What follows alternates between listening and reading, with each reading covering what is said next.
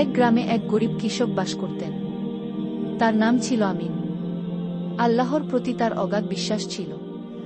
প্রতিদিন তিনি সকালে মাঠে যেতেন, কঠোর পরিশ্রম করতেন এবং 5 ওয়াক্ত নামাজ আদায় করতেন। কষ্ট হলেও কখনো অভিযোগ করতেন না। তিনি জানতেন আল্লাহ যা করেন তার পেছনে হিকমত, জ্ঞান ও কল্যাণ আছে। এক বছর ভয়াবহ খরা দেখা দিল। বৃষ্টি না হওয়ায় গ্রামের ফসল শুকিয়ে গেল, নদীনালা শুকিয়ে গেল, গরু ছাগল অভাবে কষ্ট পেল। গ্রামের মানুষ চিন্তিত হয়ে পড়ল। খাবার ও পানির সংকটে তারা দিশেহারা হয়ে গেল। কিন্তু আমিন দুশ্চিন্তা না করে বললেন, আল্লাহ আমাদের পরীক্ষা নিচ্ছেন। তিনি অবশ্যই আমাদের সাহায্য করবেন যদি আমরা ধৈর্য ধারণ করি এবং তওবা করি। গ্রামের লোকেরা অবাক হয়ে বলল, আমিন ভাই, আমরা সবাই দোয়া করছি, কিন্তু বৃষ্টি হচ্ছে না। তাহলে আল্লাহ কি আমাদের দোয়া কবুল করছেন না? আমিন শান্তভাবে উত্তর দিলেন, আল্লাহ কখনো আমাদের দোয়া ফিরিয়ে দেন না।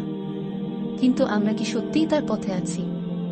আমরা কি কখনো ভেবে দেখেছি আমাদের ভুল কোথায়? এই কথাগুলো সবাইকে ভাবিয়ে তুলল।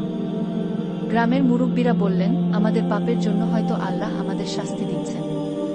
আমাদের উচিত একসাথে তওবা করা এবং তার কাছে ক্ষমা চাওয়া। সত্যিকারের তওবা ও বৃষ্টি। পরদিন সকালে পুরো গ্রামের মানুষ মসজিদে একত্রিত হল।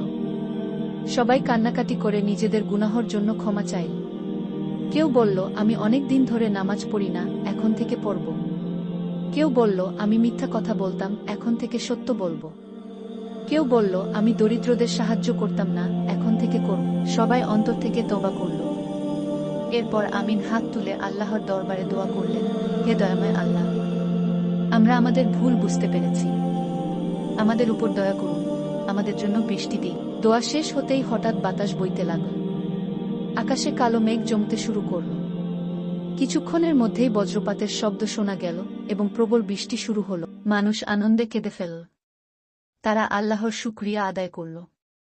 আমিন বললেন, দেখলে ভাইয়েরা, আল্লাহ আমাদের জন্যই অপেক্ষা করছিলেন।